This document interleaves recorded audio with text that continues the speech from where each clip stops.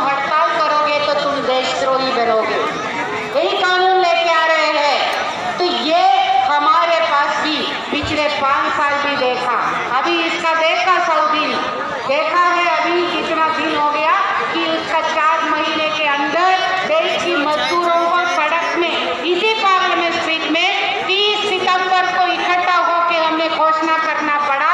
तो चक्का जाम होगा, देश को देश चलने नहीं देंगे, क्योंकि ये देश को हम चलाते हैं और हम लेंगे तो ये देश नहीं चलेगा, ये बताने के लिए ये घोषणा हुआ है। तो हम खाली खुशी मनाने में आता है, हर 2 दिन में हम जुलूस में आते हैं, हमें कोई खुशी नहीं है।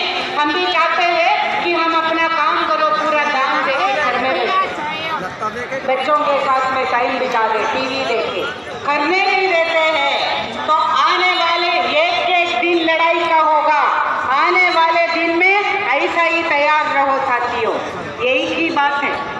पिछले 5 साल की लड़ाई तो था बहुत हमारा, पिछले 8-9 जनवरी का हड़ताल भी था शानदार, और हमें लगा अभी तो मोदी गया था हमसे, लेकिन हमने ये चेतावनी भी दिया है, समझना है हमें कौन हमारे पक्ष में है।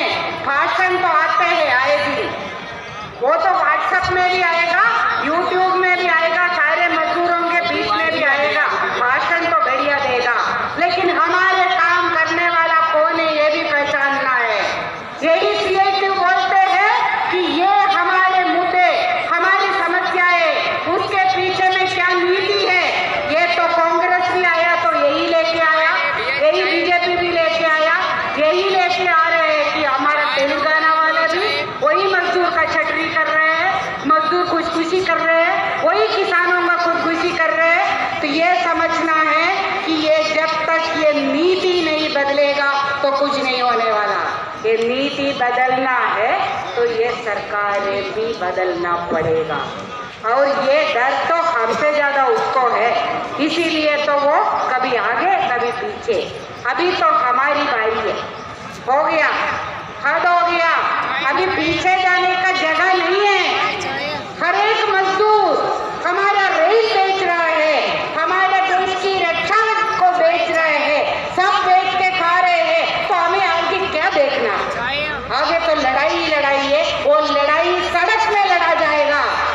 ऐसा नहीं है कि उधर में जाके हम मेमोरेंडम तो देंगे, वो चेतावनी है, लेकिन हमें भी याद रखना है कि हमारी ये लड़ाई आने वाले दिन में हर दिन होगा, और वो अकेले अकेले भी नहीं होगा।